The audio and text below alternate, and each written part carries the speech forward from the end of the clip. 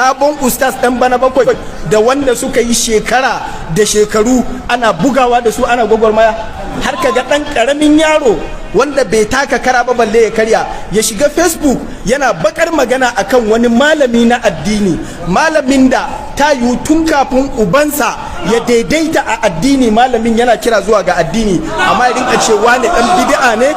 wane ɗan kaza ne, wane dal ne, kai ne dal.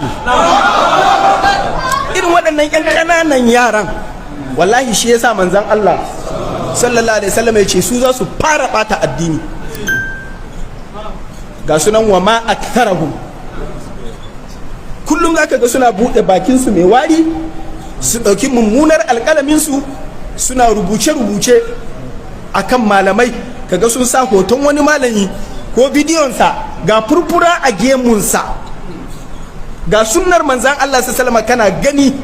a haɓarsa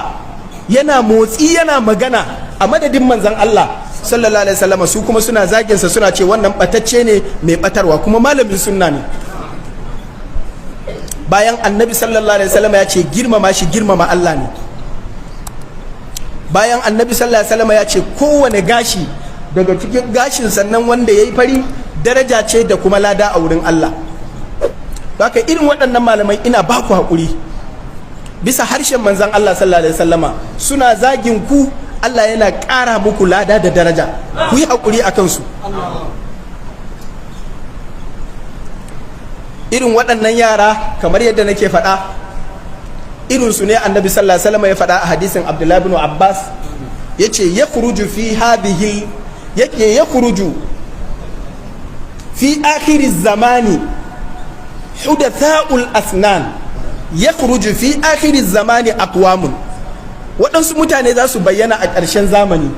hudatha'ul asnan, masu ƙananan shekaru, sufaha'ul ahlam, amma masu wofantattun kwakwale, yaquluna min kalami khairil bariya, sun iya zaƙin baki in sun zo magana, yaqra'una alquran, zaka ji suna jan ayoyin alqur'ani,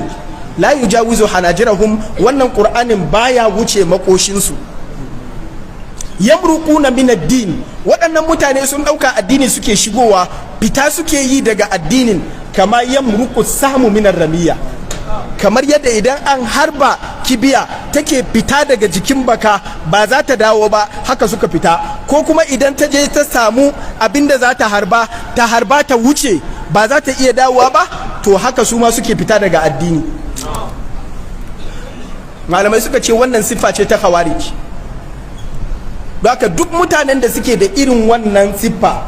suna ƙanana na shekaru amma suke kawo wa addini barna,